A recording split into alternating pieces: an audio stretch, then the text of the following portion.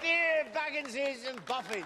Welcome back, everyone. Today we're talking about a bit of a sillier topic, a silly thing that we like to bring up when actors reveal that they were either offered or were about to get a role in Lord of the Rings and they turned it down. And this one is Adrian Brody. And he felt stupid afterwards. And, honestly, I can see that kind of regret of someone who sees something so successful take off when they didn't reject it, but they didn't really see how it would play in a wider audience. I can totally understand thinking back and saying maybe I made a mistake, but let's sort of dig into it. He didn't really even know which character he was going to play, or he was told maybe a hobbit. And so we can only assume from that who it could have been based on his previous roles. What are your thoughts on this? Mine are he's either going to play Frodo. Merry or Pippin. See, I thought he's either going to play Frodo or Merry. I can't really see him hitting the Pippin joke timing. Uh-huh. But maybe that's just because in my head he's a bit more of a serious actor.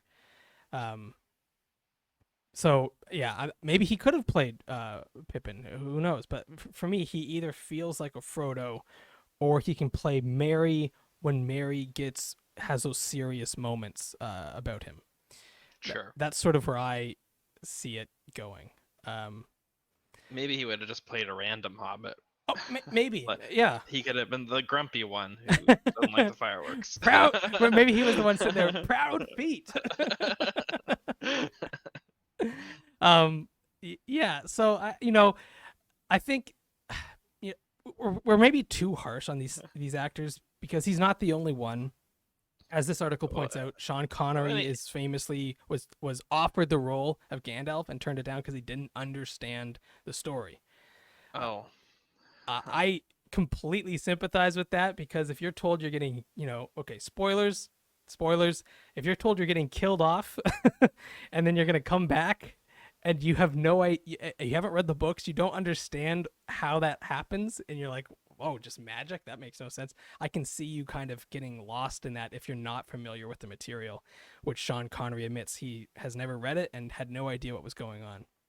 Yeah. And then we should point out that he turned it down because he was taking on a role in The Pianist. That's right. And that is a good film. That is his most well-known film. Like, he is stunning in that role. So I think, if he saw that, if he read both scripts and was like, I can really get behind The Pianist, then, go for it. I think that's what you want in an actor, to really believe in the project. I'm not saying he didn't believe in Lord of the Rings, just if he had a feeling that he was more suited towards one, then I think that's important for actors to go for, because it does allow us to get the proper actor in place to hit these roles.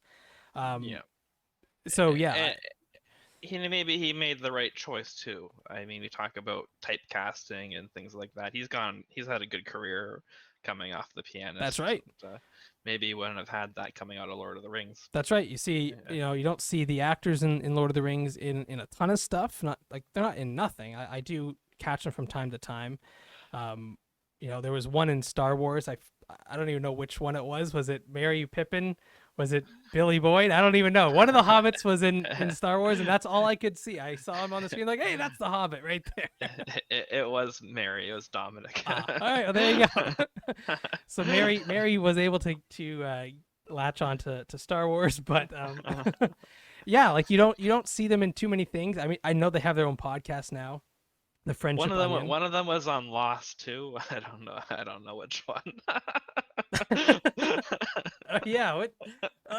One of them was on Lost. I think that was also Mary? That might have also been Mary. God. The thing is, we know them in Lord of the Rings, and it's hard when you see them to break that. Like, it just is. Now, I will say, I think Vigo has done an amazing job at that. He's able to play roles that are completely different from Aragorn. If you look at him in The Road, for example, yep, he's playing a really desperate depressed father in an apocalyptic scenario with his son. It is so depressing. It is completely different from the Aragorn that is just full of confidence and wisdom and just uplifting people. And it's a complete 180. So he was able to find work as well and completely shift that perspective. But and Orlando Bloom. Orlando Bloom is another one. Now he was actually one of the more famous ones going in to Lord of the Rings, I believe. I think he was already at least somewhat of a more well-known actor, and so maybe that helped him afterwards as well. Yeah.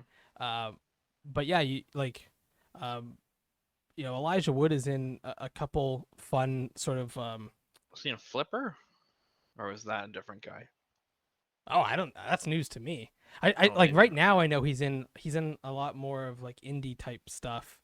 And that might be because that's what he prefers. I know there's a lot of actors that go through a big successful movie and then transition to something more indie because it kind of gets back to acting in a lot of very strange ways that they kind of want to try out instead of going for these big, Hollywood-esque superhero or like big budget roles where it's kind of a very straight, plain role for a lot of characters. So, it does seem like a lot of these guys do try to go in a different direction, and so maybe that's also why we don't see them as much because they're not in the movies that make it into the theaters. They're in. You have to kind of search them up on Netflix or wherever and find these indie movies or indie shows and catch your favorite actors. But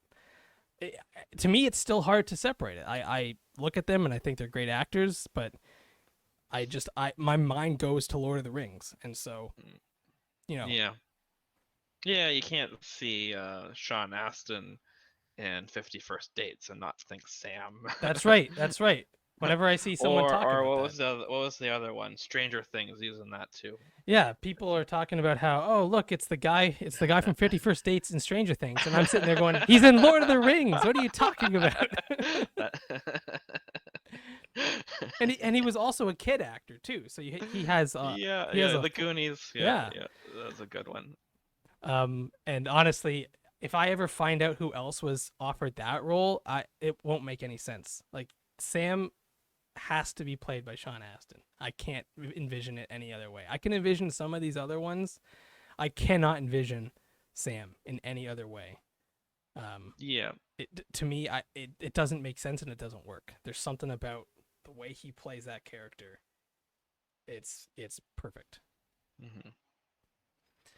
But yeah, I just thought this was kind of fun. I like finding out about these actors that turned it down and how they feel about it. And he recognizes that this was a good project in the end. And it says in the article too that he did get to go on to work with Peter Jackson on King Kong. Exactly. 2 years later. Yep. Exactly. So. And he says that he does not believe he would have gotten that role had he been in Lord of the Rings, because I guess Peter Jackson was looking for actors that weren't in Lord of the Rings for that role. So yeah. So he got Adrian Brody and Jack Black. Yeah. I regret to announce this is the end. I bid you all a very fond farewell.